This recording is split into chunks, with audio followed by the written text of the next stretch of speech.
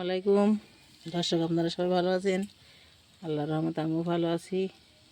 আর 3 পাতা আলু দিয়ে পুঁটি মাছের ঝোল বানাবো।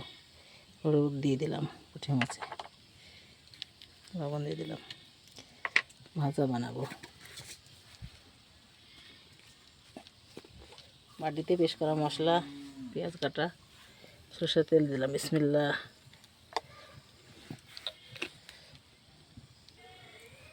তেলটা সুন্দরভাবে গরম হয়ে গেছে। এখন আমি মাছগুলো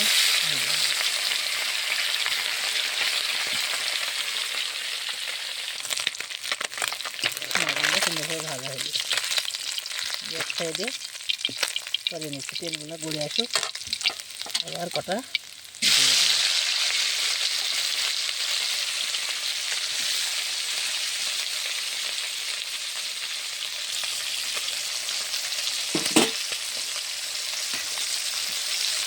মাছগুলো চামচা করে তুলে নিচ্ছি।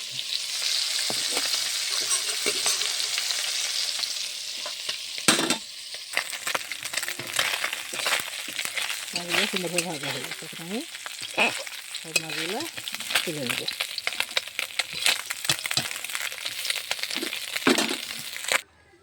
মাছগুলো সুন্দরভাবে ভেজে তুলে নিয়েছি। এই যে আলুগুলো কেটে নিয়েছি। মাছ ভাজার তেল আছে, আর একটু তেল দিব। বিসমিল্লাহ।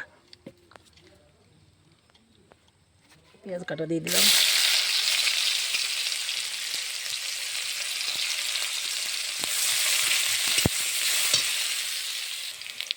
পেঁয়াজটা সুন্দরভাবে লাল হয়ে গেছে। এই যে বাটিতে আমার পেস্ট করা মশলা, আদা, রসুন, জিরে, শুকনো মরিচ, লবণ, হলুদ দিয়ে দেবো। মশলাটা কষিয়ে নিয়ে আলু দিয়ে দেবো। সুন্দরভাবে মশলাটা কষানো হয়ে গেছে, তেল ছেড়ে দিই। এখন আলুগুলো দিয়ে দেবো। করে আলুটা সুন্দরভাবে কষানো হয়ে গেছে। এখন আমি ঝোলটা ঢেলে দেবো। বিসমিল্লাহ।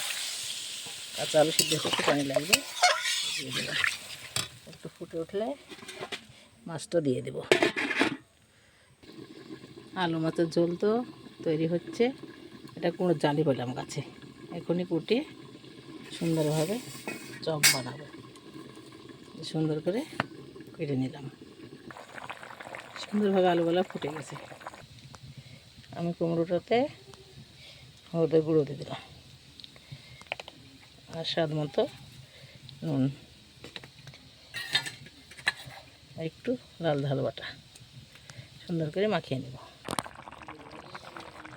আলুগুলো সুন্দরভাবে সিদ্ধ হয়ে গেছে। মাছগুলো ঢেলে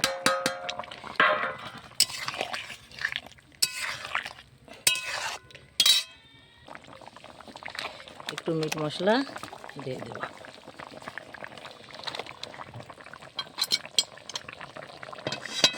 এখন আমি ঢেলে দিলাম। বিসমিল্লাহ।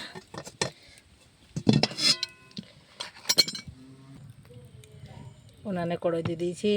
এখন আমি কুমড়োর চপ বানাবো। বিসমিল্লাহ। সরিষার তেল দিয়ে দিয়েছি। আমরা সরিষার তেলে তরকারি খাই, সব কিছু।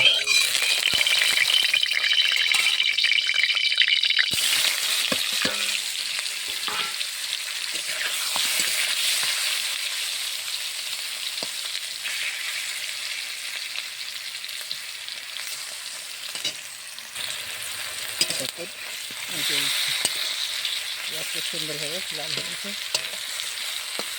দেওয়া হয়ে গেল। সুন্দরভাবে চপগুলো ভাজা হয়ে গেছে। এখন আমি তুলে নিচ্ছি।